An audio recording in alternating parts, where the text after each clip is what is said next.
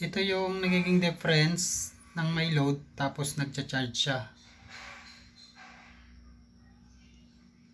Ang 288 na load, yung charging niya na lang naging 7.5.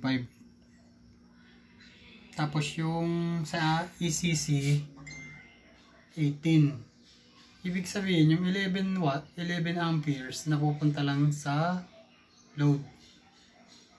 Tapos yung napupunta sa charging is 8.5 amperes. Kaya mapapansin mo, tumataas pa rin siya yung charging niya kahit may load ka na 287. Yung dating 73.2 ay naging 73.5. May charging pa siya kahit may load ka.